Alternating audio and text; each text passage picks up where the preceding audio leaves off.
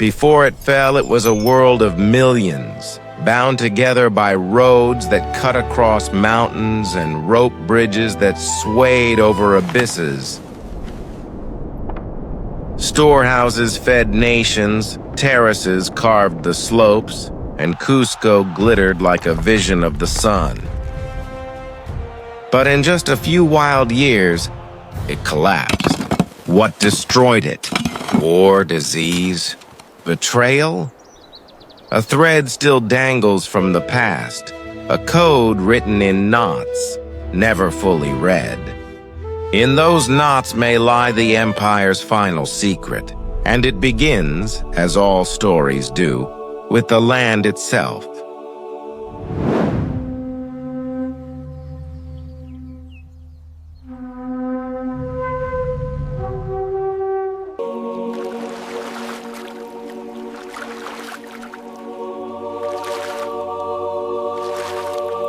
The Incas told their origin as myth. Manco Capac and Mama Oclo, children of the sun, emerging from the sacred waters of Lake Titicaca. They walked the high valleys with a golden staff, seeking the place where it would sink into the earth, and there they founded Cuzco, the navel of the world. But archaeology uncovers a deeper timeline. The Andes had been a cradle of civilizations for millennia. The Chavin carved jaguar gods into stone temples. The Nazca traced lines across deserts so vast they could only be seen from the sky. The Wari built roads and cities that foreshadowed the Incas' own. By the time Cuzco appeared in the 13th century, the ground beneath its stones was already heavy with history. We must build. We must create. At first, Cuzco was modest, walls of stone, crowded markets, and rulers who commanded only a valley. But then came Pachacuti, a leader, a strategist, perhaps a genius. He transformed a kingdom into an empire. He redrew the map of the Andes, reorganized society into decimal units, and ordered terraces that turned mountains into food engines. Roads extended across deserts, jungles, and glaciers, binding millions together. And yet, the paradox remains. How did an empire without an alphabet, without wheels, without iron, govern millions?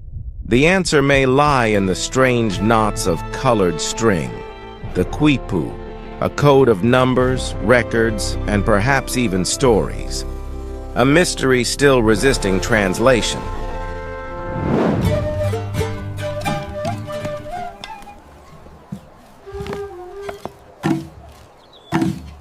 The Incas called their empire Tawantinsuyu, the four regions united.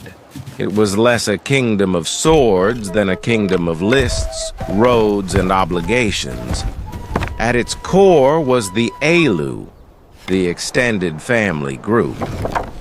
Each Elu farmed, wove, and worked together, providing labor and food. Mita kakwasenkonan.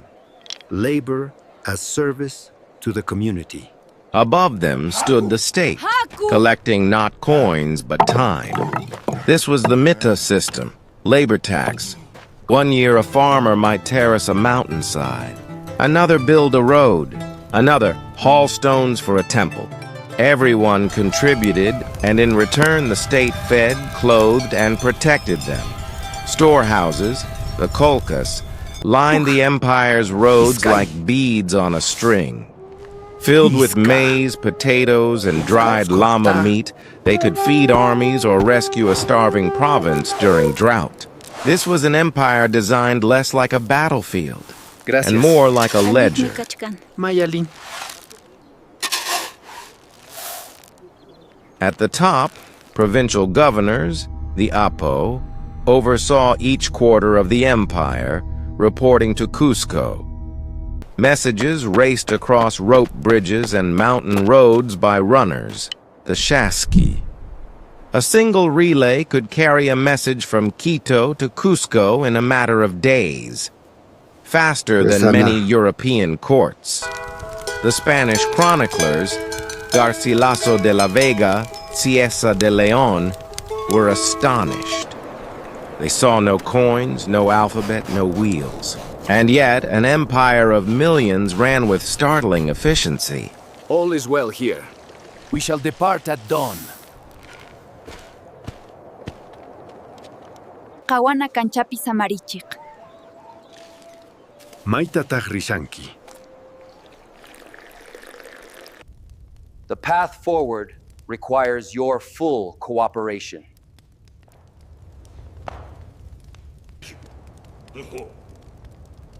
Our routes ensure the quotas are met efficiently. The secret lay in knots.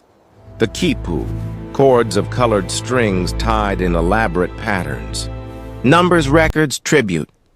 463. This bundle represents the harvest of the northern fields. Maybe even narratives. One, To this two, day, scholars three, debate four, whether the five, Quipu six, was just seven, accounting, 8, or a 9, lost 10. writing system still beyond our grasp, and all of this was wrapped in grandeur. Processions in Cuzco dazzled the senses. Rulers draped in textiles more valuable than gold, streets lined with dancers, and the emperor carried high the Sapa Inca, child of the sun.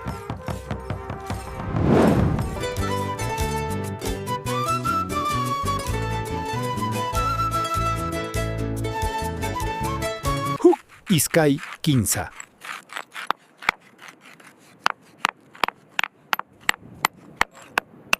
Let's continue. We have a long way to go.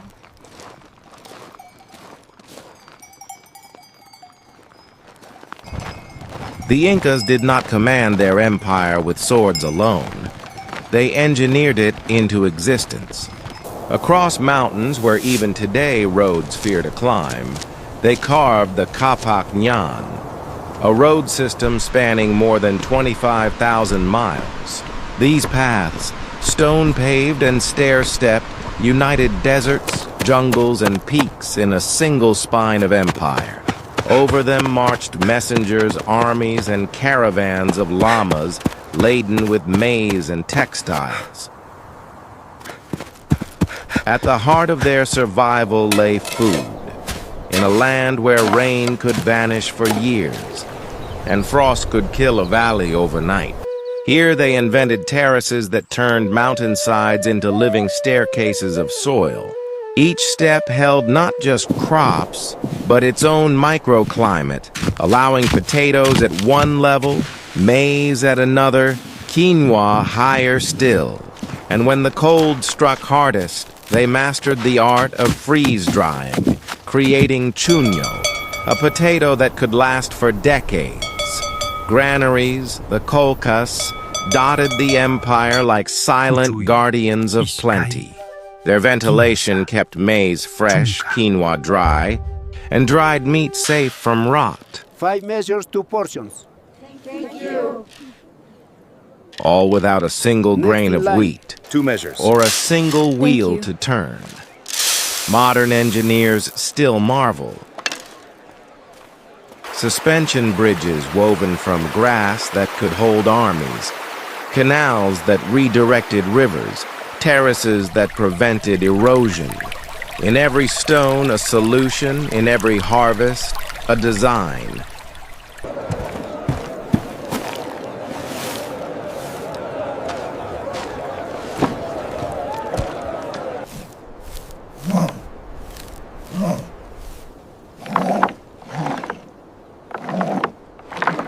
And yet beneath these marvels lingers a question. What lies buried still? Some speak of sealed caches, hidden silos beneath stone walls, secrets of food security we may have yet to uncover.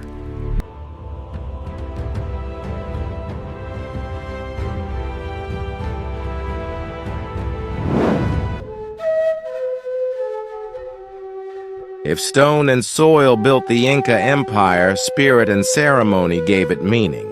At the center of all things was Inti, the sun, father of emperors, life-bringer of maize.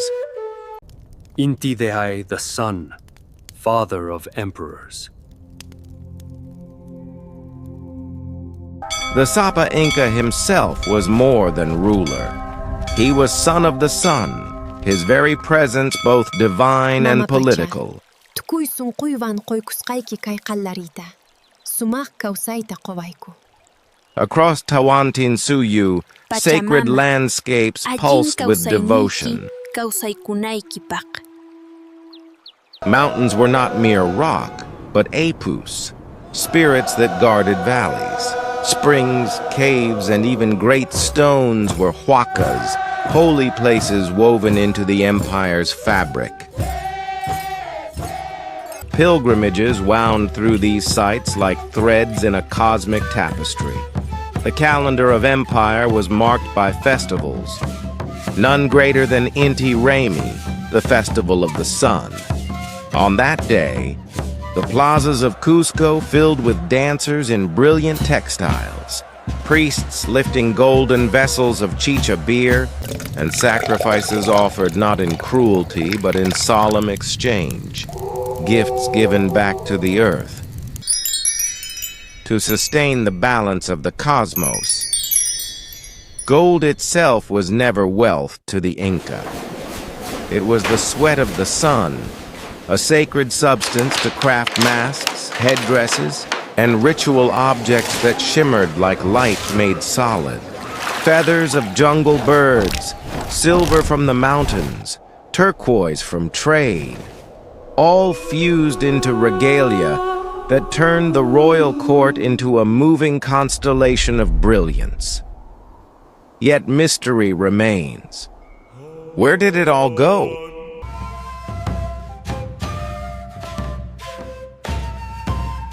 Chroniclers describe vaults overflowing with golden statues, ritual vessels, and tapestries fit for gods. Some treasures were melted down by conquistadors. Others may have been hidden.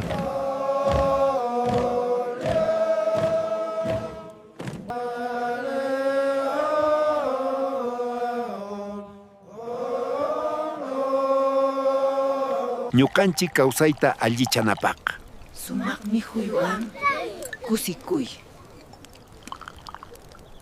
May this feast strengthen our bonds and our gratitude for the abundance given to us. To community. Spirited away into caves, lakes, and mountains that still keep their secrets. Perhaps as the Inca believed, the gods demanded their return.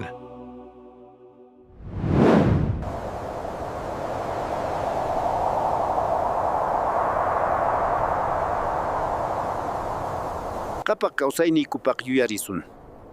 Tikray kunaka allinmi. Kawsayta kaway.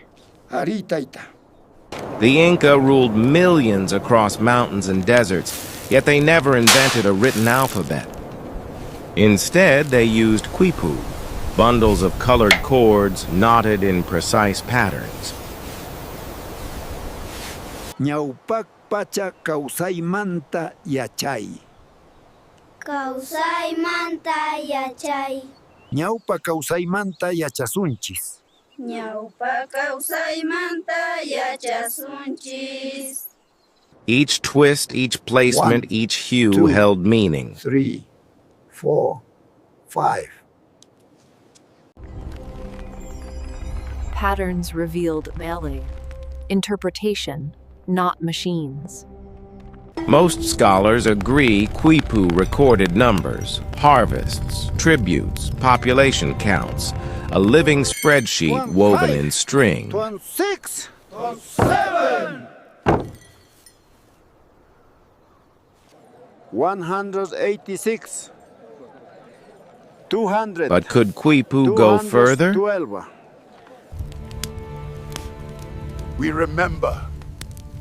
We honor. We celebrate. Oh, hear our ancestors, their strength in every battle won. Some believe knots 50 may have measures of encoded maize, syllables, 20 even bundles of entire dried fish, stories. 15 cloaks of alpaca wool. Others argue they were memory triggers, a prompt for trained keepers, Quipu, who recited histories, laws, and myths aloud. Oral tradition and Quipu worked together, a partnership of string and voice. Modern science is still trying to unlock the code. Patterns Researchers hint at scan deeper ancient structure. Quipu with 3D lasers, Look at this, searching it's a for hidden treasure. sequences. Incredible, this is amazing. Carefully, like this. Follow the pattern of the chord. Statistical models suggest patterns beyond mere numbers. Could entire chronicles, the victories of Pachacuti, the rise of Cuzco, still lie dormant in knotted chords? For now, the answer is elusive. The Inca voice remains half-silenced, a language without letters, waiting for someone to untie the final knot. The Inca expanded faster than almost any empire in world history, but conquest alone does not explain it. Their genius was diplomacy, knowing when to wield the spear and when to extend the open hand. Greetings and offers you a path to prosperity. The chieftain hears your words and considers them. When a rival people faced them, emissaries arrived first. Or resist and fight. I pledge my loyalty to the Sapa Inca. These envoys brought gifts of maize beer, resettlement for integration, fine cloth and promises. Join the empire and gain the roads that bound mountains, the protection of the Sapa Inca, and access to vast food reserves stored in state granaries, or refuse.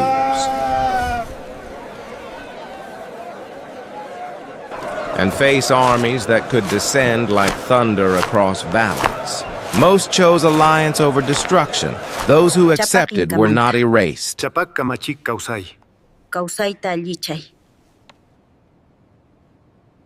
They were woven into the imperial fabric. Local rulers, the Caracas, kept their titles and privileges, so long as they swore loyalty to Cuzco. In return, their communities gained a place in the grand machinery of Tawantinsuyu.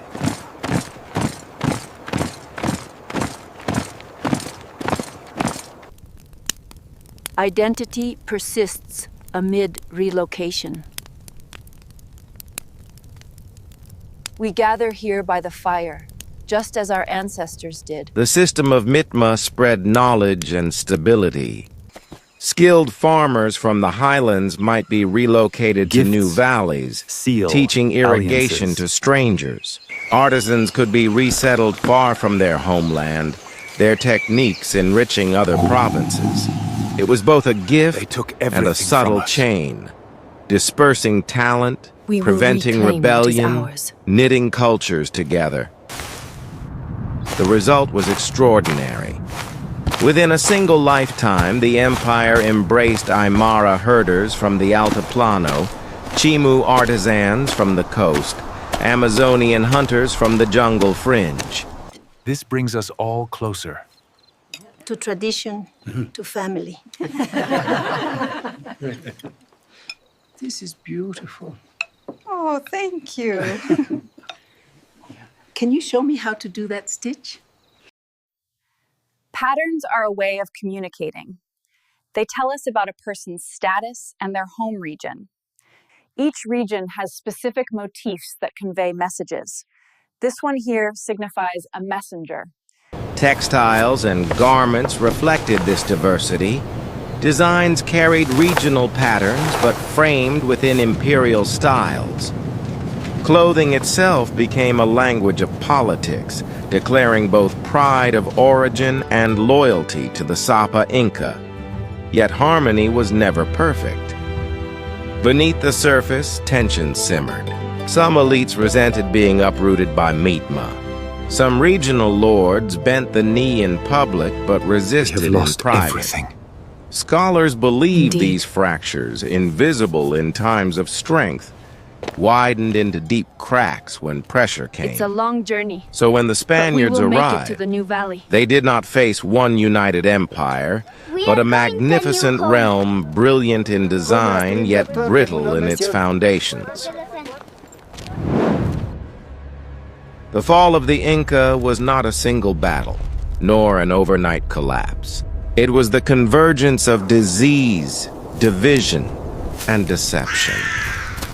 Years before Francisco Pizarro ever set foot in the Andes, invisible invaders arrived first. Waves of smallpox, measles, and influenza sweeping from Central America southward. Entire communities vanished, leaving fields untended, armies weakened, and an empire shaken. Camachi, Apucuna. Avanzar. Mantener la línea. Carguen.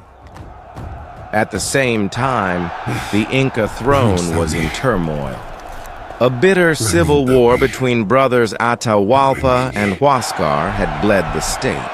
By the time Atahualpa emerged victorious, the empire was already fractured, its unity uncertain.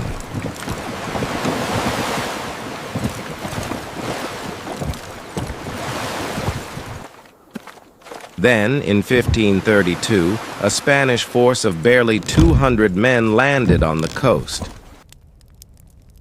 Solo con audacia y riesgo podremos lograrlo. Heavily armed with steel, cavalry, and gunpowder, they moved inland.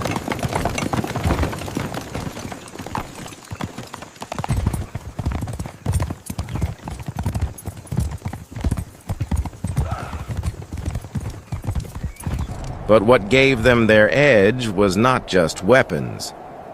It was audacity. At Cajamarca, Pizarro invited Atahualpa to a meeting. What followed is one of history's most infamous ambushes.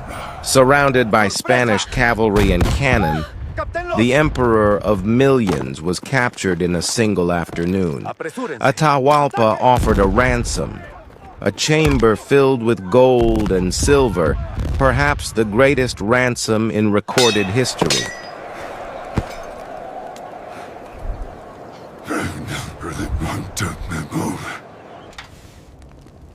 Este es oro puro. Sí, oro y plata de los dioses. Un rescate más allá de la imaginación. And yet, even after the treasure was gathered, he was executed. What followed was chaos.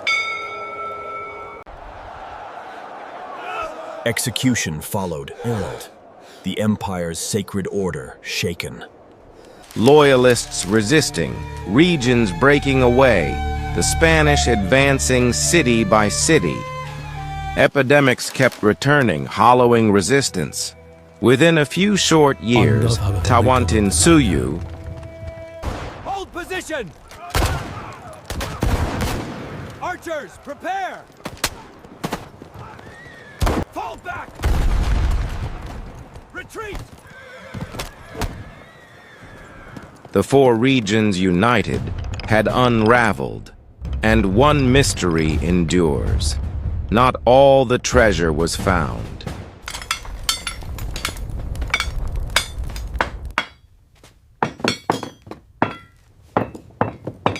Spanish records boast of melted ingots and shipments across the Atlantic. But legends whisper of caches hidden in caves, deep in mountains, or sunk in lakes, the lost gold of the Inca still waiting to be discovered.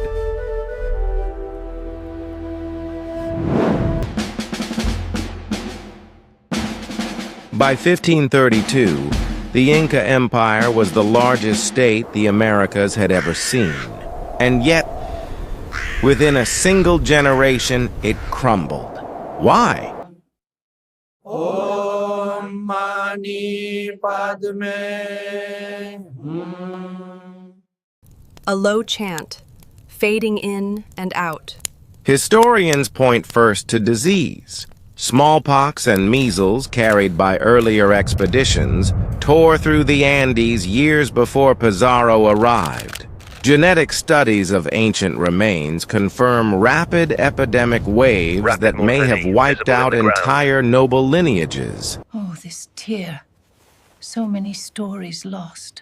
We mend what we can, but the pattern is changing. Then came civil war. Two brothers, Atahualpa and Huáscar, tore the empire apart in a brutal succession struggle. Ari, tukuy mapas.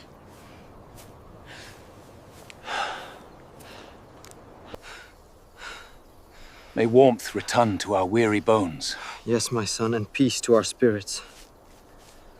When Pizarro landed, the Inca were already exhausted. Spanish steel and horses made a difference, yes, but perhaps even more devastating was administrative collapse. The Inca had relied on centralized logistics and forced relocations. Suggest a period of severe drought, highlighting nature's enduring record of environmental change. When leadership fractured, the system simply stopped working. Climate science offers another piece of the puzzle. Tree rings and ice cores point to possible mega-droughts and El Niño events around the early 1500s.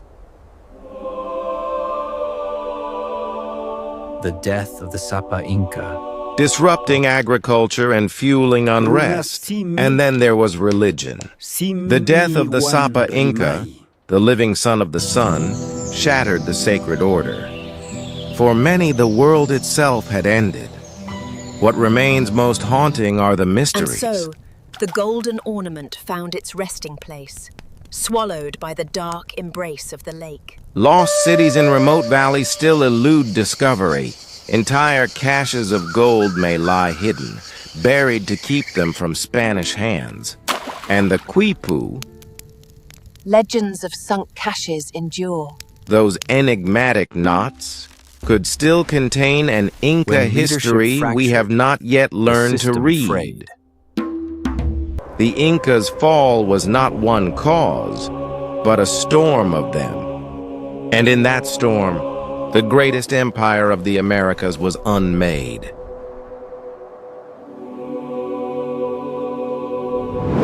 Alinyachu. Alinyachu.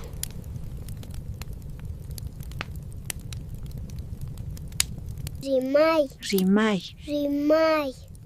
Alimpunchau. Alimpunchau.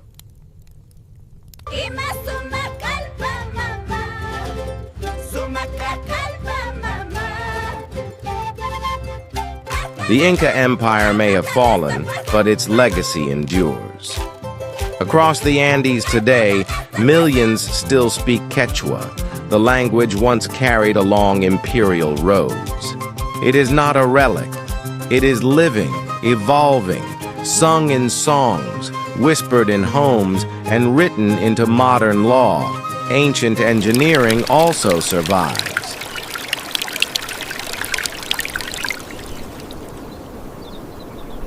In villages from Cuzco to Bolivia, farmers still rely on Inca terrace agriculture and irrigation canals. Eso es el sistema de nuestros ancestros. Es apuesto tentan, es faltes. Fascinante. Techniques that resist erosion and conserve water better than many modern systems. Scientists are now studying these methods to face the climate crises of our own century. The Inca also remain a symbol of identity and resistance. From political movements that reclaim indigenous pride to annual festivals like Inti Raymi, staged in Cusco every June, their heritage fuels cultural renewal, but their treasures also raise questions. Much of the Inca's gold, silver, and sacred objects lie in foreign museums. Debates over artifact repatriation remind us that the empire's story is not just past. It is contested in the present. And of course, there is Machu Picchu, Once an imperial estate hidden in the clouds, today it draws millions of visitors a year. For locals, it is not just tourism, but stewardship. Yet for the Quechua communities who still live in its shadow, Protecting stewardship ancestors' is more world than tourism. is a living duty. It is a responsibility to protect their ancestors' world. The Inca may no longer rule, but their spirit lives on. In the fields, in the mountains, in the voices that carry their memory into tomorrow.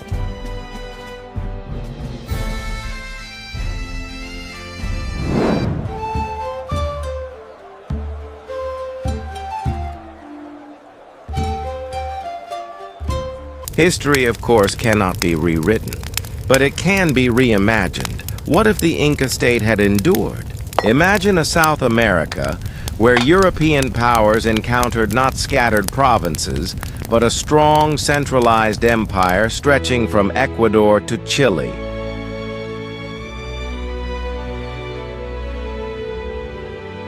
Colonization would have been far slower, perhaps reshaped entirely. With centuries more to develop, the Inca might have expanded their road and record systems, merging with European metallurgy and navigation.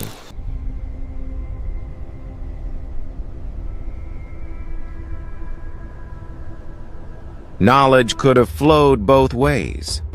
Andean agricultural mastery spreading globally, while new technologies flowed back across the mountains. The map of the Americas, even of the world, might look very different. Borders, languages, and cultural syncretism, all reshaped by the endurance of Tawantinsuyu.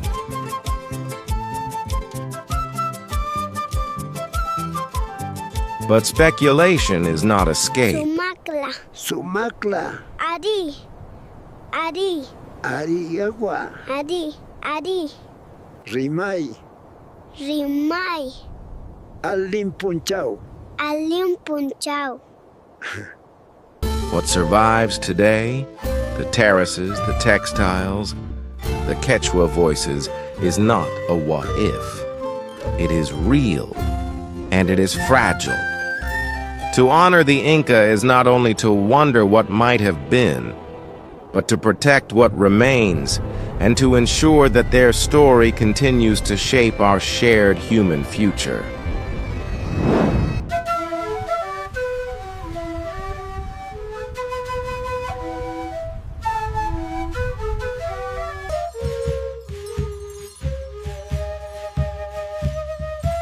The Inca Empire was more than stone walls and gold temples.